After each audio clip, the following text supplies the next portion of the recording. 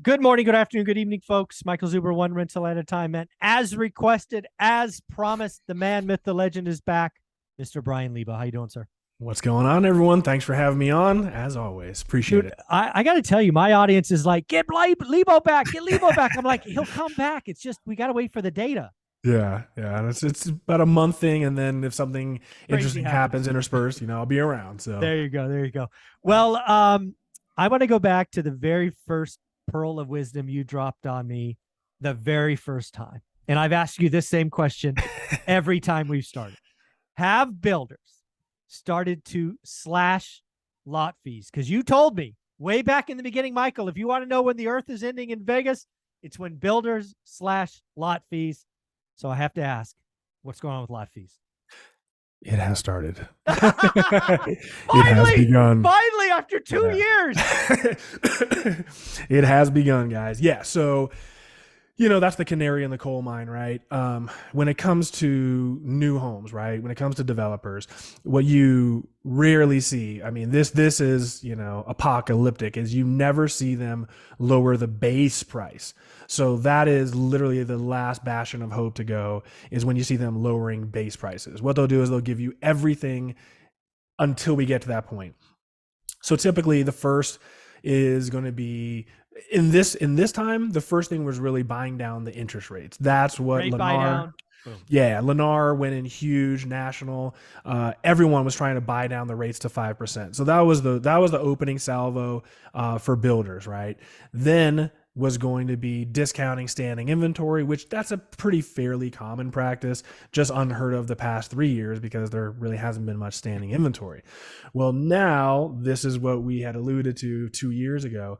Now, even Pulte, I mean, national huge home builder, they were probably the most egregious of all the builders because they were having not only lotteries for lots, but they were having blind bidding. Oh, So that was, I would say they were by far, Toll Brothers was they were pretty aggressive on their lot premiums. I mean, they had $1 million lot premiums oh in my gated goodness. communities. Oh yeah, I mean, we should bring up Granite Heights at a later time. I'll give you the original sheet, and you see these lot premiums. You're The like, lot what? premiums were the houses were like in the 800s, and there were lot premiums that were $1 million. And Wow. it's not on a golf course. It's not guard gated. That's when you knew it was going to be really, really bad when Something's the tides broken. turned. Yeah. So at this junction, Pulte, they've slashed their lot premiums by 50%, which Wow. that's what's on paper. But again, everything's negotiable. So they're starting off with a 50% adjustment. Yeah, they're And competing with themselves. Like this is this. Yeah, yeah. well, there you go. Wow. Yeah. So Okay. I mean, and everything you see on the news locally here, and of course on a national level, home builders are freaking out Yeah. because they know what's coming. Mm-hmm. And again, when they were doing this months and months ago, you knew. I mean, and we even discussed on the last show, when they start discounting homes that are in production, it's one thing to Yes, discount standing inventory, that's normal. But when they're discounting homes that aren't even going to be built till October and that's we're a in problem. July, you know that they know how bad of a position that they're in because they're trying to get you in contract before Yeah, October hits when they know where they're going to be. yeah. So When winter is here, yeah, it's yeah, it's gonna be bad. Well, winter is let's coming. winter is yeah winter. Shoot, winter is here probably. So what I want to do in video number with you is review August, and I want to remind folks early July, or I guess it was early August. You're like, Michael, I have a sneaky suspicion this could go down as the worst month in the last decade. And you were right. I mean, you basically said that, and then kind of out the other side of your mouth, you're like, Michael, remember this is summer, and historically speaking, January is horrible. So if August is anywhere close to January, can you imagine what the rest of the year is going to be? And I'm like, well, okay, let's see what happens. So, Yeah. Ryan, what happened? So I was wrong. I was wrong, but only by a little bit. By a you little, you I were was like wrong. hand grenades and horseshoes. You were close. Yeah, I said I thought this could be the worst month of all time, You but did, we would yeah, be close. So I was right and I was wrong. It wasn't the worst of all time, but damn, we were close. yeah. So to put this in context, I've got records that go back monthly for a little over a decade now. So in an entire decade. We started the decade not doing too hot, and Yeah, it's obviously you had 2012, not great. yeah. Yeah. Not so hot. It was the beginning of the ramp up Mhm. and coming out of the housing recession. But again, we weren't setting the world on fire. So to go back an entire decade, there was only 3, and I'm going to say normal months, which Yeah. will make more sense. Yep. So we only had 3 normal months that were worse than last Transaction wise. transaction wise as far as sales. Yes. And those 3 months were all in January. So what was it? January, we'll go right here. January of 2015, January 2016, and January of 2019. So to put in context, guys, January is always the worst month, and it's the worst month by far. I mean, to give you an idea, we do about 50% of the sales in January that we do in like the spring, summer months. Okay. So contextually, oh, this is bad. This is bad. To be competing on the level, and we're not talking close. We're talking one was like 20 homes, one was 90 homes, one was 200 homes. So we're not talking like a huge delta here. We're talking damn near the same. Yeah. So consider, guys, summer's the best time for sales, and we're comparing August, summertime, homes that went into contract in January. homes that went into contract in June and July, with the worst 3 Januaries in an entire decade. We're talking homes that were trying to go into contract in between Thanksgiving and Christmas. That's what we're competing with. That's not good. I mean, there's no way to spin that in a positive fashion. And then the only other month that wasn't a January was in May of 2020. And I mean, we were locked up in quarantine. So you couldn't even show homes. Right. And I'm going to go and say the same thing, that, I mean, the market's gotten worse. So I'm presuming that this month that we're in is going to be at minimum what we saw, but probably we might take, other than quarantine and maybe even quarantine, we might beat those records. And again, I don't know if you've watched any of my stuff on my channel. I think we saw what happened when rates hit 6%. Yeah. I got bad news for you, dude. I think rates are going to 7%. Did you look? I just looked before we did the show because someone had texted me this morning, 6.923. I think that's where we're at. Wow. Yeah, I literally just looked it up. So I don't know if you can see on the screen. No, I can't. I trust you. Yeah. 6.963. Round up, that's 7%. Now what? So just so everybody, before they freak out, is that investor loans? Is that homeowner? I just did a quick one, man. Okay, so it's probably a blended average. Yeah, exactly. So, I mean, either way, I mean, you were going to 7. That's kind of the point of all this. We may go sooner than I thought, but let's play this out, right? So again, we roll out of August. It's the worst summer month in the last decade. Yeah. Rates go up in September. How can transactions do anything but fall? And oh, by the way, October will be worse than September, and November. Then I mean, how does this get better?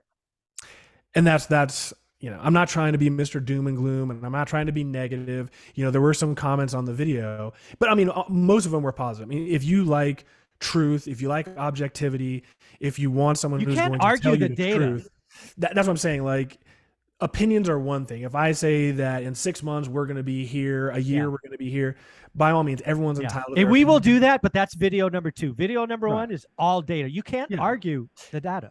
And that's what I'm saying. Like, you've got some realtors that are like, well, other markets are doing pretty bad, but Vegas is doing well. And yes, I saw you cut that in. What'd you call that in the bottom corner? Like the delusional cam? Delusional cam. That was very well done. It's a little bit of light trolling from my end, but again, like, look, if you watch my channel, for the people that watch my channel, I try and I strive to be objective, and I try to give you the data and then give you context into the data, because sometimes the data is misleading, right? Yeah, of course. So, like, right now, people are going to say, and this is true, right now, I believe we're 10.9% year over year increase. So it's a true statement to say, man, the market's doing well. We're up almost 11% over last year. That is a true statement, but that is incredibly misleading, right? Right. It's true, but it's a very deceptive comment to make.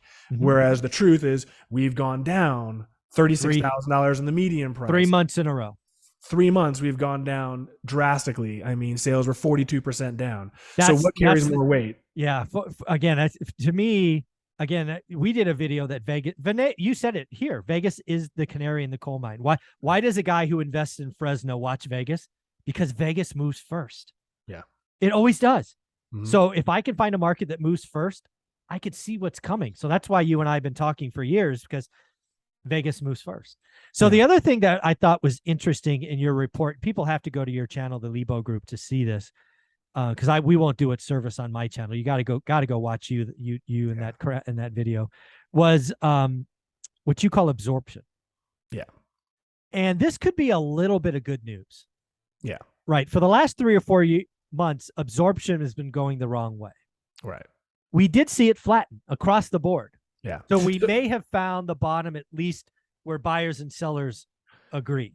Yeah. So, to clarify for your viewers that aren't acclimated to the metric that I'm using, knowing that this was going to happen, and especially coming out of quarantine, I thought it'd be interesting to kind of see how different price ranges were performing. Because again, if you're an investor, you tend to be in one pocket. A first-time home buyer tends to be in one pocket, maybe the same as investors.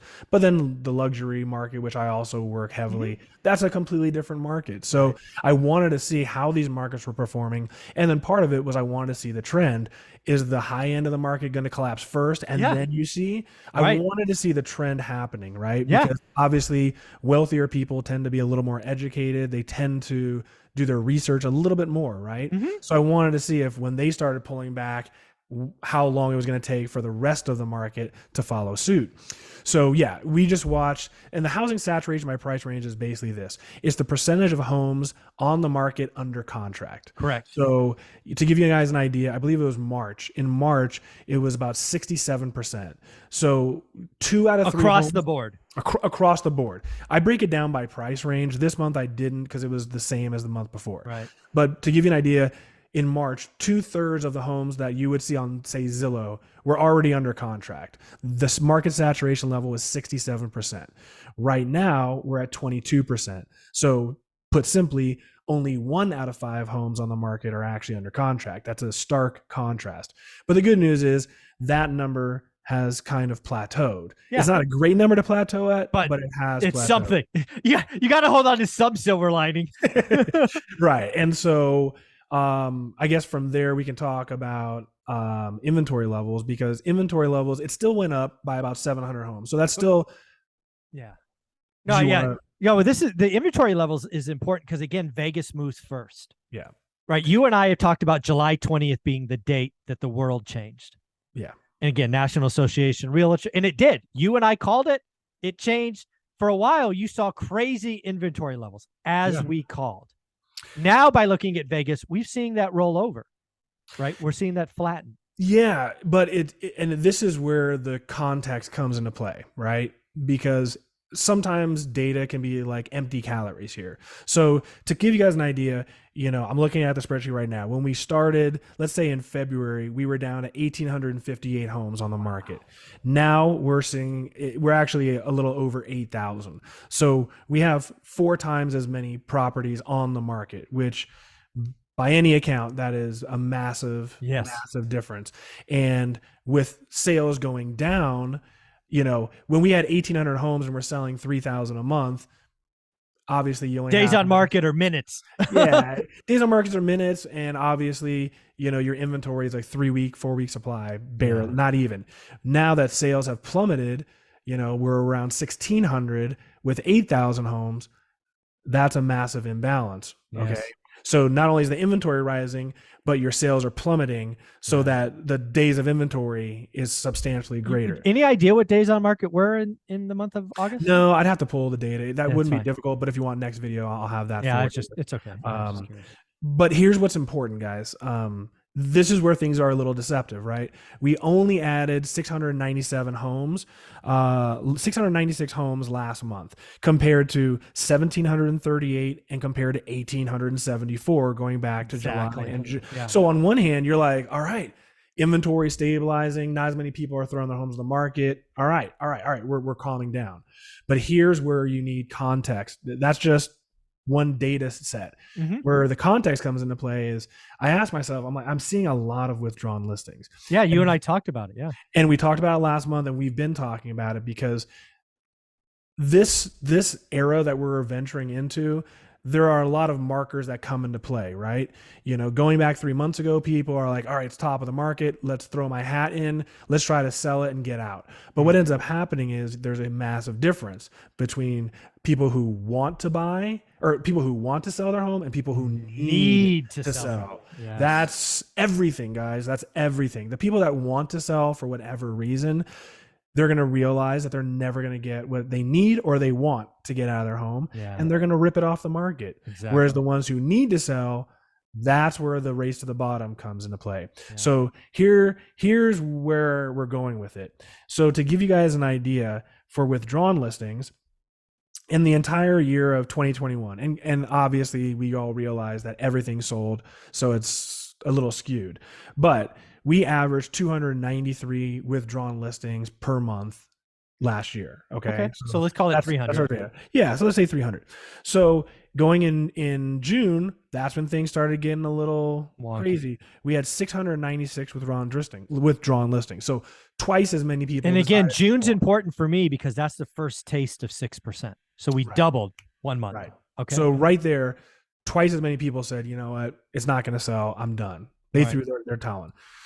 Then it went in July to 982. So now 3 times as many people said, all right, we're out. Yep. And I knew, because I even send you, automated emails where it's like price reduction, withdrawn. Yeah. Like, and that was everything that happened in 24 hours.